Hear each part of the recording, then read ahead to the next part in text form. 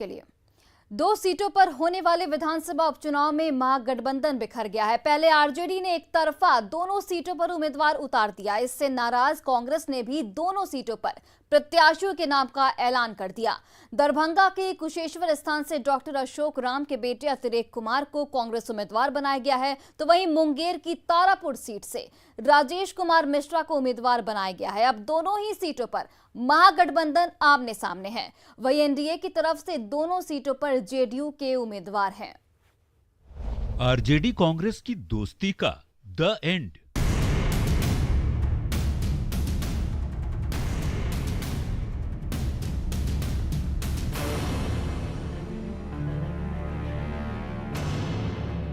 दो सीटों पर होने वाले विधानसभा उपचुनाव के पहले आरजेडी कांग्रेस की दोस्ती टूट गई है और महागठबंधन खंड खंड हो गया है।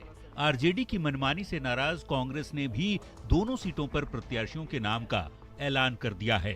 दरभंगा के कुशेश्वर स्थान से डॉक्टर अशोक राम के बेटे अतिरेक कुमार को कांग्रेस उम्मीदवार बनाया गया है, तो मुंगेर की तारापुर सीट से राजेश कुमार मिश्रा को उम्मीदवार बनाया गया है। स्थान से अतिरेक जी और तारापुर से राजेश कुमार मिश्रा जी एक नौजवान हैं और नौजवान काफी ऊर्जावान हैं।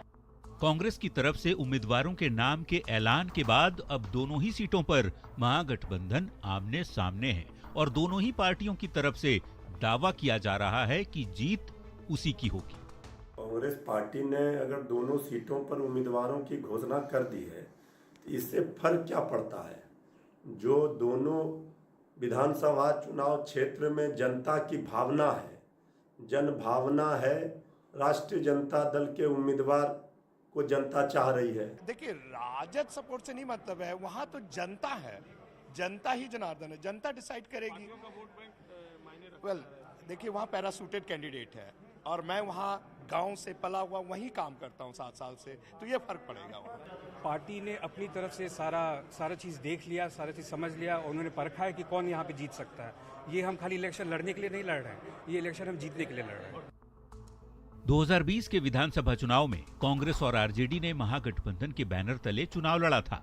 तब भी दोनों सीटों पर हार नसीब हुई थी और दोनों ही सीटों से जेडीयू चुनाव जीत गई। अब अलग अलग चुनाव लड़ रही कांग्रेस और आरजेडी एकजुट एनडीए का कितना मुकाबला कर पाएगी, ये जल्द ही पता चल जाएगा। न्यूज़ 18 के लिए पटना से संजय कुमार और अमित कुमार की रिपोर्ट। बिहार विधानसभा के उपचुनाव में आरजेडी के दोनों सीटों पर उम्मीदवार उतारने के फैसले पर आरजेडी नेता तेजस्वी यादव ने सफाई दी है। उन्होंने कहा है कि कांग्रेस प्रभारी भक्त चरण दास से बात हुई थी, लेकिन तेजस्वी की सफाई से कांग्रेस नेता संतुष्ट नहीं है। तो कांग्रेस प्रभारी से बात हुई थी हम लोगों ने। कांग्रेस अलग से प्रत्याशी खड़ा करने की बात करे कि सहमति नहीं बन पाई। नहीं, अब अगर फ्रेंडली हो तो कोई दिक्कत थोड़ी ना उसमें, बाई इलेक्शन है।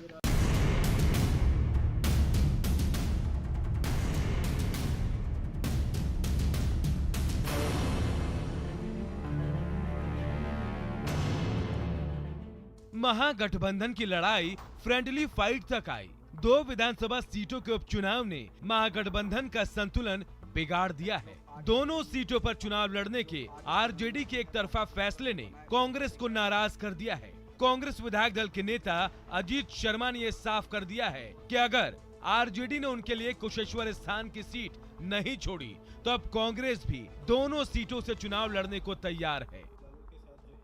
तो वो दोनों, जब मेरा सीट कुशेश्वर स्थान था, मुझे कांग्रेस को लड़ना था, उन्होंने दोनों सीट पर घोषणा कर दी, तो हम लोग भी कांग्रेस पूरे देश में हैं, हम लोग भी दोनों सीट पर लड़ेंगे।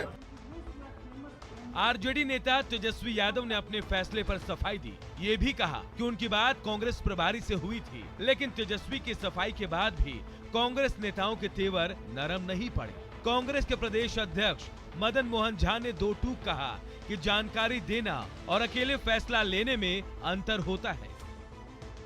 सामंजस्य होता है, कोई महागठबंधन होता है तो बैठ के बातचीत होती है।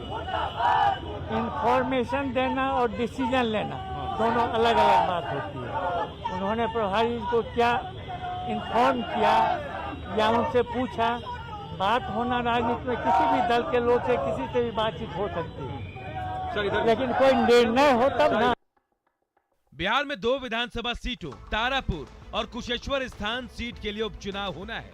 पिछली बार विधानसभा चुनाव में तारापुर से आरजेडी और कुशेश्वर स्थान से कांग्रेस चुनाव लड़ी थी।